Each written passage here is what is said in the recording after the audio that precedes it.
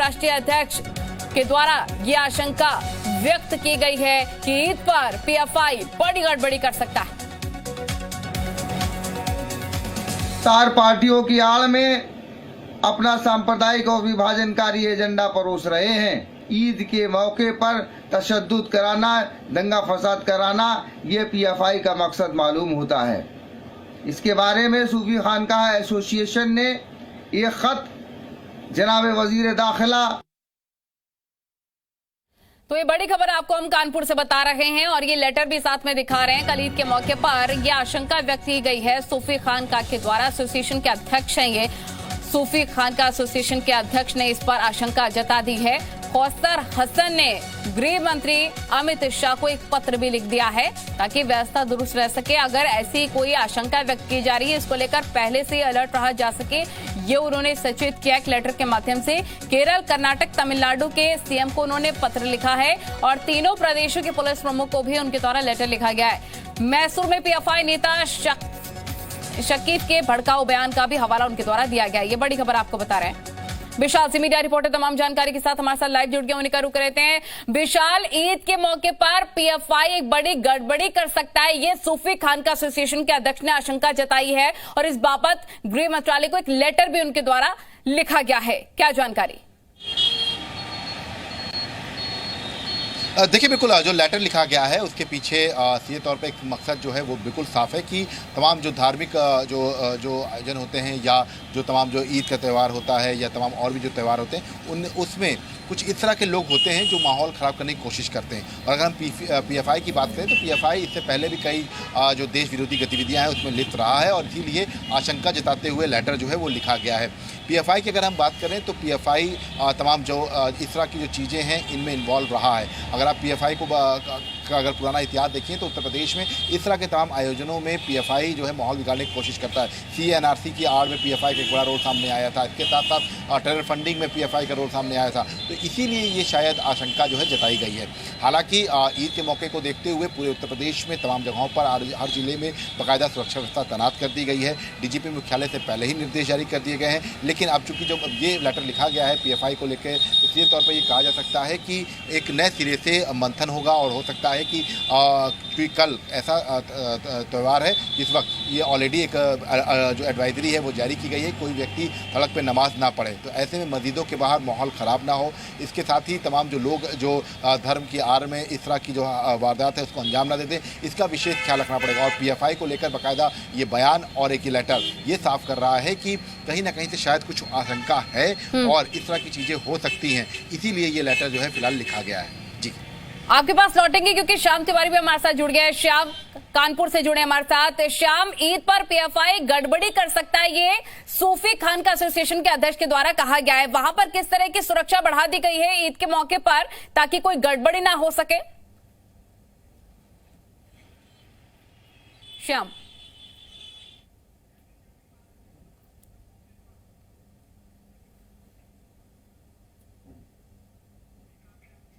ठीक है श्याम, आपके पास लौटते हैं, आपके पास ठीक कराते, लेकिन विशाल का एक बार फिर से रुक रहे थे। विशाल, जैसे कि आप बता भी रहे थे कि सुरक्षा अतिरिक्त बढ़ा दी गई है ईद के मौके पर किसी तरह की दिक्कतें ना हो सके, लेकिन इससे भी इनकार नहीं किया जा सकता है जो लेटर लिखा गया है सूफी खानकाह के एसोसिएशन के अध्यक्ष के द्वारा, उस लिहाज से भी क्या अब और ज्यादा अतिरिक्त सुरक्षा बढ़ाई जाएगी? देखिए, बिल्कुल सूफी खान का जो लेटर है उसके कई मायने हैं और ख़ास बात है कि पीएफआई का रोल की क्यों उन्होंने जिक्र किया। तो देखिए, आपको पीएफआई का पुराना रोल बताता है। कानपुर क्षेत्र की अगर हम बात करते हैं तो कानपुर में बाबूपुरवा या तमाम जगहों पर जहां पर सीएनआरसी को लेकर हिंसा हुई थी उसमें पीएफआई का रोल सामने आया था। पीएफआई के तमाम मेंबर्स गिरफ्तार हुए थे और ये बताया गया था कि पीएफआई वहाँ से ऑपरेट भी किया जा रहा था। तो ये तमाम ऐसी चीज़ें हैं जो साफ कर रही हैं कि सूफी खान का जो बयान है ये सिर्फ एक जो है एक अंदेशा है, लेकिन इस अंदेशे के पीछे कोई एक बड़ी साजिश भी छुपी हो सकती है और इसीलिए शायद अब जो है सुरक्षा व्यवस्था को और ज़्यादा कड़ी किया जाएगा। इसके साथ साथ एलआई यूनिट्स को भी बाकायदा तौर पर निर्देश जारी किए जा चुके हैं कि ईद के मौके पर किसी भी तरह से कोई गड़बड़ी ना हो, क्योंकि देखिए जो एडवाइजरी जारी है उसके अनुसार ये बिल्कुल साफ है कि सड़क पर नमाज नहीं पढ़ सकता है। इसके साथ साथ जो लाउड स्पीकर हैं वो नहीं बज सकते हैं। तो कहीं ऐसा ना हो कि इसी की आड़ में पीएफआई के जो तमाम लोग हैं वो इस तरह की जो घटना है वो अंजाम दे दें, हिंसा फैला दें, इस बात की आशंका जो है जताई गई है। अब हालांकि ये आशंका कितनी सही है या इसका कितना जो है नीचे इम्पैक्ट होता है, तो लेकिन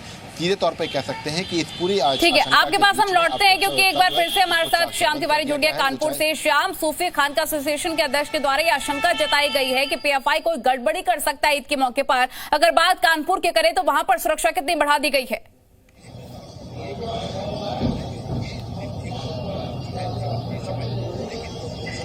श्याम,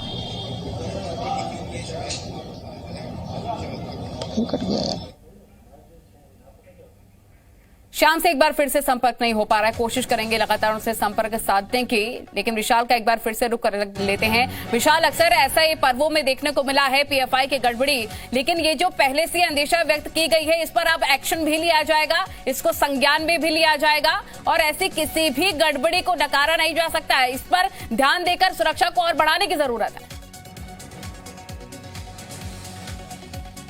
ठीक है विशाल, बहुत शुक्रिया आपका तमाम जानकारी साझा करने के लिए। हमारे साथ विशाल जुड़े थे, हमारे रिपोर्टर, तमाम जानकारी के लिए। लेकिन बहरहाल आगे बढ़ते, राजधानी लखनऊ में ईद की नमाज के लिए ईदगाह में तैयारी कर ली गई है और इस बार सड़कों पर लोग नमाज अदा न करें, इसके लिए ईदगाह में मौजूद शाहीन अकादमी में भी नमाज पढ़ने की व्यवस्था कर दी गई है। और इसी पर जी उत्तर प्रदेश उत्तराखंड से खास बातचीत की मौलाना खालिद रशीद फिरंगी महली ने। सुनिए। ईद को लेकर तमाम जो मस्जिद हैं, तमाम जो ईदगाह हैं, वहाँ पर तैयारियाँ मुकम्मल हो चुकी हैं और ईद के दिन लोग सड़कों पर नमाज ना पढ़ें, इसको लेकर भी तमाम तैयारियाँ जो हैं वो ईदगाह कमेटी की तरफ से की गई। हमारे साथ मौलाना खालिद रशीद जी, उनसे बात करते हैं। ईद के त्यौहार को लेकर क्या कुछ तैयारियाँ हैं, कैसे नमाज जो है अदा की जाएगी, लोग सड़कों पर नमाज ना अदा करें, इसके लिए क्या विशेष इंतजाम किए गए? जैसा आपको मालूम है कि अब फाइनल फैसला हो चुका है कि 3 मई को इंशाल्लाह ईद होगी और मज़हब इस्लाम में ईद सबसे ज़्यादा खुशी और जश्न का दिन होता है और हर बड़े बूढ़े बच्चे की ख्वाहिश होती है कि हम ईद की नमाज़ ईदगाही में पढ़ें, क्योंकि पैगम्बर इस्लाम ने ईद की नमाज़ ईदगाह में अदा की है। तो हर साल की तरह इस साल भी यहाँ ईदगाह लखनऊ में अच्छे से अच्छे इंतज़ाम कराए जा रहे हैं और नगर निगम और एडमिनिस्ट्रेशन की तरफ से तमाम सहूलियात मुहैया कराई गई हैं और हर ये मुमकिन कोशिश की जाएगी कि ज़्यादा से ज़्यादा लोगों को ईदगाह के अंदर ही अकोमोडेट किया जाए। और इसके लिए अब हमारे यहाँ जो शाहीन एकेडमी का पूरी बिल्डिंग है उसको भी खुलवा दिया गया है, जिससे कि ज़्यादा से ज़्यादा कुछ लोग क्लासेस में और बिल्डिंग में भी अकोमोडेट हो जाएं। और सफ़े भी बनवाई जा रही हैं जिससे कि लोगों सफ़ों के दरमियान गैप को कम किया जा सके और उससे भी ये फ़ायदा होगा कि हर साल से ज़्यादा लोग अंदर अकोमोडेट हो पाएंगे। और जो लाउड स्पीकर का लॉ है उस पर भी पूरी तरीके से अमल किया जाएगा। तो पूरी उम्मीद है कि इंशाअल्लाह अच्छे माहौल में ईद इस साल मनाई जाएगी, क्योंकि 2 साल बाद आज़ादी के साथ सब लोग ईद मिलेंगे, ईद मनाएंगे और ईद के बाद सब लोग अल्लाह से मुल्क की तामीर, तरक्की, अमन, शांति के लिए दुआ करेंगे, एक दूसरे के गले मिलेंगे और इंशाअल्लाह सेवइयाँ खा करके एक दूसरे को ईद की मुबारकबाद देंगे। इस बार सड़क पर नमाज ना अदा करें, चूँकि यहाँ पर हम। और इस बीच एक बड़ी खबर कानपुर से आपको दे दें कि बीजेपी सांसद ने डीएम और पुलिस आयुक्त को लेटर लिखा है। बांग्लादेशी रोहिंग्या को लेकर सांसद सत्यदेव पचौरी ने लेटर लिखा। बांग्लादेशी रोहिंग्या मुसलमानों के अवैध कब्जों को लेकर पत्र लिखा गया है। अवैध रूप से रह रहे गैर भारतीय नागरिक कानून व्यवस्था के लिए खतरा। सांसद ने सरकारी जमीन पर के कब्जे हटवाने के लिए भी कहा है। बड़ी खबर आपको हम इस वक्त की बता रहे हैं, जहां पर कानपुर में बीजेपी सांसद ने डीएम और पुलिस आयुक्त को पत्र लिख दिया है। बांग्लादेशी रोहिंग्या को लेकर सांसद सत्यदेव पचौरी ने पत्र लिखा और बांग्लादेशी रोहिंग्या मुसलमानों के अवैध कब्जों को लेकर यह पत्र लिखा गया है। अवैध रूप से रह रहे गैर भारतीय नागरिक कानून व्यवस्था के लिए खतरा, ये उनके द्वारा कहा गया है। इसके साथ ही सांसद ने सरकारी जमीन पर किए गए कब्जे हटवाने के लिए भी कहा है। पत्र के माध्यम से उन्होंने ये लेटर लिखा है। कानपुर से बड़ी खबर आपको बता रहे हैं।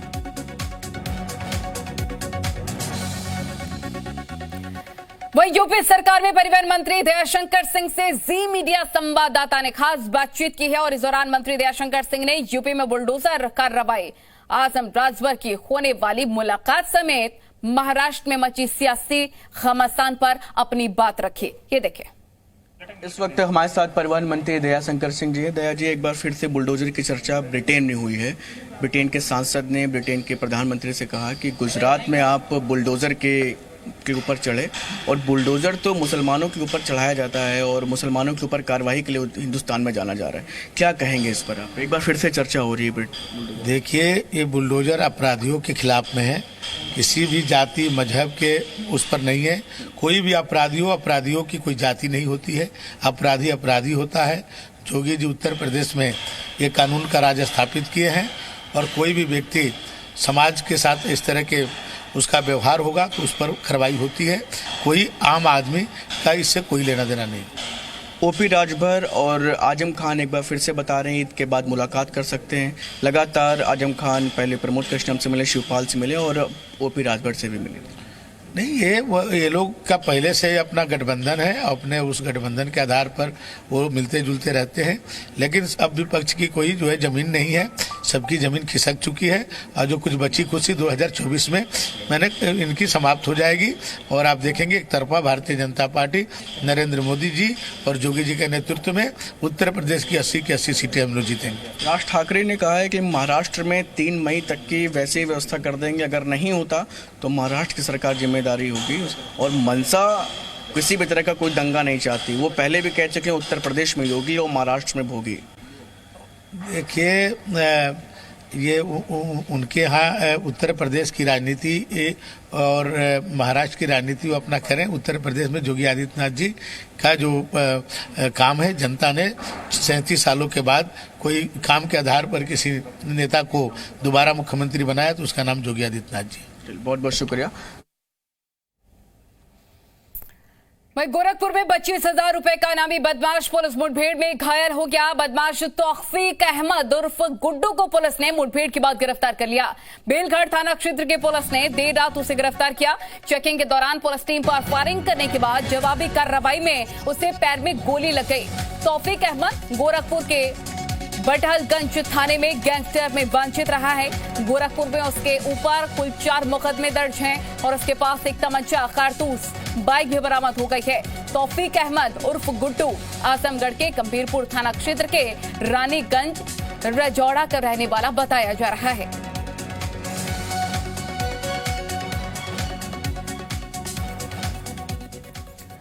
वहीं अलीगढ़ में शादी समारोह में हुए मामूली विवाद के बाद दबंगों ने 6 युवकों को रास्ते में रोककर जमकर मारपीट की है और उनकी कार में भी तोड़फोड़ कर दी। घटना के बाद घायलों को अस्पताल पहुंचाया गया और पुलिस ने केस दर्ज कर आरोपियों को धरपकड़ उनकी शुरू कर दी है।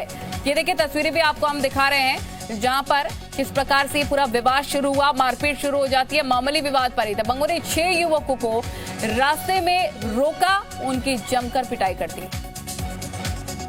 जोधपुर से जब हम रात को 12:15 बजे करीब लौट रहे थे तो हमको गाड़ी से हाथ दिया गया। हमने गाड़ी नहीं रोक के और उन्होंने गाड़ी आगे बढ़ा ली तो उन्हें ओवरटेक करके और दबंगाई खूब करी और हमारे साथ हमें मारा पीटा, हमारा पैसा छीना, मोबाइल छीने और हमको बहुत बुरी तरह से पीटा। इसमें और उनके साथ 1-2 गाड़ियाँ और भी आ गई और बेहिसाब हमें मारा पीटा और हमारी इतनी हालत खराब है। वहीं बरेली में पुलिस में बड़ी लापरवाही सामने आई है। पैदल गश्त के दौरान कार्बाइन छूटने से एक बड़ा हादसा हो गया। दरोगा के पैर में दरअसल गोली लग गई। थाना इज्जत नगर में देर रात हो रही गश्त के दौरान पीएसी के हेड कांस्टेबल ओमकार सिंह के हाथों से कार्बाइन बंदूक छूटी, नीचे गिरी, गोली चल गई जो कि थाना इज्जत नगर में तैनात दरोगा स्वदेश सिंह के पैर में जा लगी। दरोगा को निजी अस्पताल में भर्ती करवा दिया गया। पुलिस पूरे तफ्तीश में जुट गई है। मामले की जांच पड़ताल में पुलिस जुट गई है। पैदल गश्त के दौरान एक पीएसी के जो हेड कांस्टेबल है उससे जो कार्बाइन बंदूक जो है नीचे गिर गई और उससे गोली चल गई। गोली थाना इज्जत नगर पर तैनात एक जो एसआई हैं उनके दाहिने पैर में नीचे गोली लगी है, जहां से उनको एक इज्जत नगर थाना क्षेत्र में स्थित निजी अस्पताल में भर्ती कराया गया है, जहां पर उनकी स्थिति सामान्य है। उनको डॉक्टर्स के द्वारा इलाज किया जा रहा है और इसमें जो भी विधि संगत कार्रवाई है उसको अमल में लाई जाएगी और वो भी जो है खतरे से बाहर है। वहीं नोएडा के जिला अस्पताल में सीएमएस डॉक्टर सुषमा चंद्रा के फेयरवेल का वीडियो सोशल मीडिया पर काफी वायरल हो रहा है, जिस पर लोग खरी खोटी सुना रहे हैं। वायरल वीडियो 30 अप्रैल का बताया जा रहा है। दरअसल सीएमएस के फेयरवेल के वक्त अस्पताल परिसर में ढोल नगाड़े बजाए जा रहे थे, जबकि पास में इमरजेंसी वार्ड भी है जहां कई मरीज भर्ती हैं। मरीज के तीमारदारों ने वीडियो बनाकर सोशल मीडिया पर वायरल कर दिया। ये देखिए। तो अस्पताल जहां पर कई मरीज भर्ती होते हैं इलाज के लिए, रेस्ट कर रहे होते हैं, आसपास ही देखिए इमरजेंसी वार्ड भी है जहां पर गंभीर रूप से बीमार जो पेशेंट्स हैं वो रहते हैं, लेकिन बावजूद इसके ढोल नगाड़े बजाए जा रहे हैं। हॉस्पिटल के अंदर डांस किया जा रहा है, फेयरवेल पार्टी यहाँ पर चल रही है। एक तीमारदार ने, किसी बीमार के पेरेंट ने यहाँ पर ये वीडियो बना लिया और सोशल मीडिया पर इसे वायरल कर दिया। हालांकि देखना होगा इस पर क्या कुछ कार्रवाई होती है। वहीं लखनऊ में बीते कई दिनों से भीषण गर्मी का शिकार हो रहे लखनऊ वासियों को आज सुबह से ही खुशनुमा मौसम हो जाने से राहत मिली है। अप्रैल से भीषण गर्म हवाओं से लोग परेशान रहे। वहीं मई की शुरुआत से ही आज तापमान में गिरावट देखी गई। जी मीडिया संवाददाता की एक रिपोर्ट देखिए। बीते कई दिनों से राजधानी लखनऊ में भीषण गर्मी का लोग शिकार हो रहे थे, लेकिन अब लोगों को गर्मी से आज राहत मिली है। इस वक्त हम लोग राजधानी लखनऊ के अंबेडकर पार्क के पास मौजूद हैं। मरीन ड्राइव का वो इलाका है जहां पर लोग सिर्फ सुबह ही दिखते हैं, लेकिन अभी खुशनुमा मौसम होने की वजह से लोग अभी थोड़ा बाहर निकल रहे हैं, घूमने फिरने भी निकल रहे हैं। आप देख सकते हैं कि बादल और हल्की हवाओं चलने की वजह से आज काफी तापमान में गिरावट देखी गई है। जो लगभग 45 के आसपास 40 से ऊपर निकल जाता था जो तापमान सुबह 10 बजे तक ही, वो अभी 30 के आसपास बना हुआ है, जिसकी वजह से आज काफी ज्यादा गर्मी कम है। हीट वेव जो लगातार चल रही थी, लू चल रही थी, जिसकी वजह से लोगों को तमाम दिक्कतों का सामना करना पड़ रहा था। लोग घर से सुबह ही निकल जा रहे थे, लेकिन आज मौसम और बादल होने की वजह से लोगों को थोड़ी बहुत राहत देखने को मिली है। मौसम विभाग का भी साफ तौर पर अनुमान है कि आने वाले दिनों में हल्की हवाएं और ठंडी हवाएं चल सकती हैं, जिससे कि लोग जो अप्रैल में गर्मी झेल रहे थे उनको अब राहत मिलेगी। कैमरामैन दिवाकर के साथ शुभम पांडे, जी मीडिया, लखनऊ। और यहां रुकेंगे छोटे से ब्रेक के लिए।